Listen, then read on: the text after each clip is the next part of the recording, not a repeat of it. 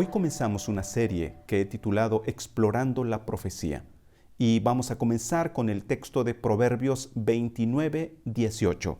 El pasaje dice: Sin profecía el pueblo se desenfrena, mas el que guarda la ley es bienaventurado. Existen muchas versiones de la Biblia, como Reina Valera con distintas revisiones, la Nueva Versión Internacional, la versión Dios habla hoy, hay otra que se llama la Biblia del lenguaje actual. Y todas ellas usan distintas palabras dependiendo del año, la época en que se hace estas traducciones. Ahora, algunas veces el lenguaje que utilizan estas versiones está tan actualizado que usan una sustitución de palabras u omisión de palabras, lo que puede hacernos pensar que entonces algunas veces existe más de una Biblia, porque al comparar una versión con otra existen diferencias. Ahora, es importante ver, por ejemplo, en la versión de la Biblia del lenguaje actual, el texto de Proverbios 29:18, para que noten ustedes esta diferencia en cuanto a traducción. Dice así: donde no hay un buen gobernante, el pueblo no sabe qué hacer, pero Dios bendice a los que obedecen su ley. El texto que primero leí es de la versión Reina Valera 1960, que es la que comúnmente utilizo. Pero en la versión Reina Valera dice que sin profecía el pueblo se desenfrena. Pero cuando vemos en la versión de la Biblia del lenguaje actual, dice que donde no hay un buen gobernante, el pueblo no sabe qué hacer. Noten que en la Reina Valera le atribuye a la profecía la virtud, el don de dirigir para evitar que uno se desenfrene. Pero en la Biblia del lenguaje actual dice que esto se debe a los gobernantes. Ahora, la Biblia no fue escrita originalmente en español, amigos. Fue escrita en hebreo, en arameo, el Antiguo Testamento, y el Nuevo Testamento en griego, aunque contiene algunas palabras en hebreo y en arameo. Entonces, sin embargo, a pesar de que la Biblia no fue escrita en español, tenemos Biblias en español gracias a traductores. Estos traductores lo que hicieron fue ir a los idiomas originales y gracias a su habilidad de poder conocer ambos idiomas, hacen sus traducciones. Sin embargo, algunas personas, conocidas como críticos, dicen que es casi imposible que un traductor no se deje influenciar por sus credos, por sus filosofías, y a veces en lugar de hacer una traducción, lo que hace es una interpretación. Y entonces pone en su versión su sello personal, que entonces cuando se compara con otra versión, como lo que acabamos de hacer hace un momento, a veces puede contrastar en ese grado.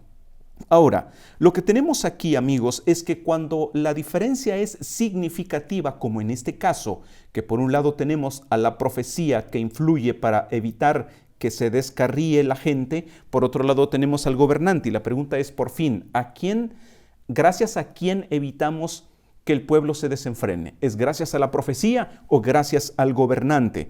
Ocurre, amigos, que la palabra hebrea que trae Proverbios 29:18, de donde viene la palabra profecía, es la palabra jasón. Esa palabra jasón es la misma palabra que aparece en el libro de Daniel por varias ocasiones.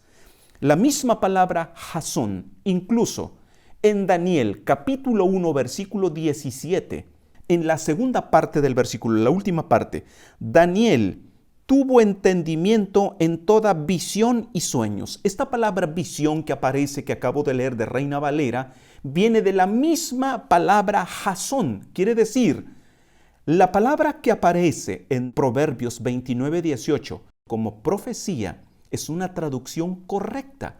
Viene de jasón, la misma profecía en la que Daniel se especializó por, dice, ser entendido en este sentido. Ahora, un hecho trascendente, amigos, es que Daniel comienza con la historia de un poderoso rey llamado Nabucodonosor.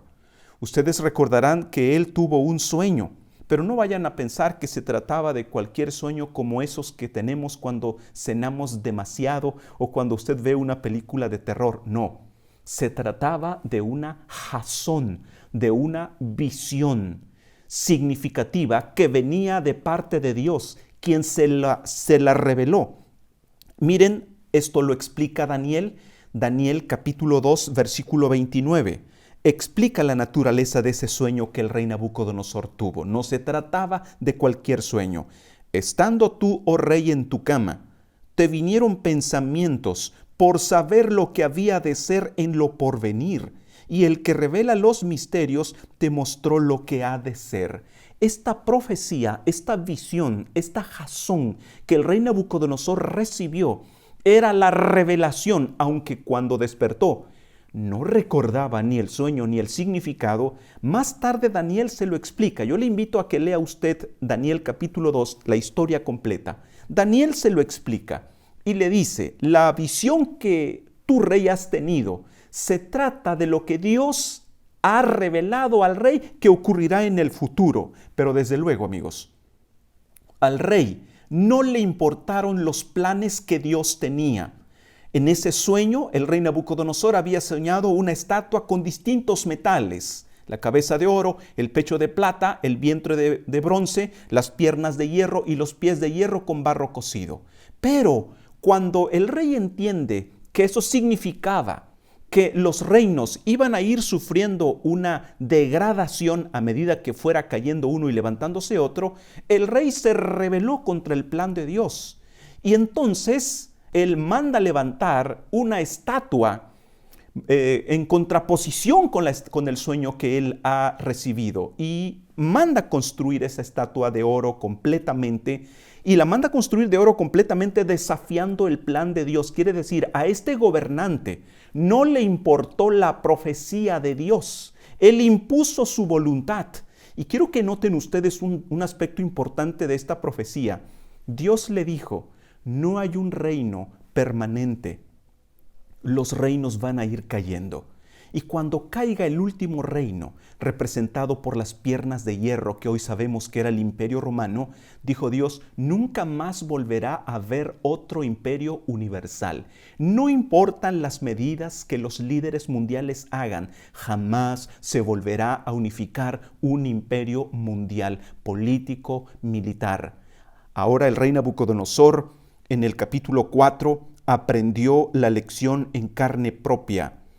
Quien desprecia la profecía, quien se desentiende de la profecía, entonces las consecuencias que vienen a su vida son trágicas. La pregunta que tenemos que hacernos, y nosotros, ¿qué actitud tenemos frente a la profecía? Acabamos de verlo en Proverbios 29, 18. Sin profecía, el pueblo se desenfrena. Ya el apóstol Pablo en el Nuevo Testamento, en 1 Tesalonicenses 5:20, nos dice, no menospreciéis las profecías. Note lo que dice, no menospreciéis, no subestimes la profecía. La certidumbre en un futuro mejor no descansa en el liderazgo de los gobiernos, descansa en la profecía. Por eso, recordando entonces la invitación del apóstol Pablo de no menospreciar las profecías, yo te invito en este momento que a partir de hoy abras las profecías, conozcas lo que Dios ha revelado acerca del futuro y fortalezcas tu esperanza o recibas esperanza. No hemos sido olvidados. Dios nos ha revelado el plan que tiene, lo ha revelado a través de sus siervos los profetas, y te garantizo, en la medida que abras las profecías, tu corazón será fortalecido de esperanza sin importar lo que ocurra a tu alrededor, porque el futuro no depende de los gobernantes, sino de aquel que nos ha revelado a través de la profecía nuestro futuro glorioso. Inclinemos el rostro. Querido Padre, gracias porque no nos has dejado a la deriva, porque en la profecía encontramos no solo la revelación del futuro, sino el papel que jugamos en nuestro presente, a fin de que en verdad ese futuro sea esperanzador para todos nosotros. Ayúdanos, por lo tanto, a abrir la profecía y hacer de ella nuestra ancla en este mundo. Lo rogamos en el nombre de Jesús. Amén.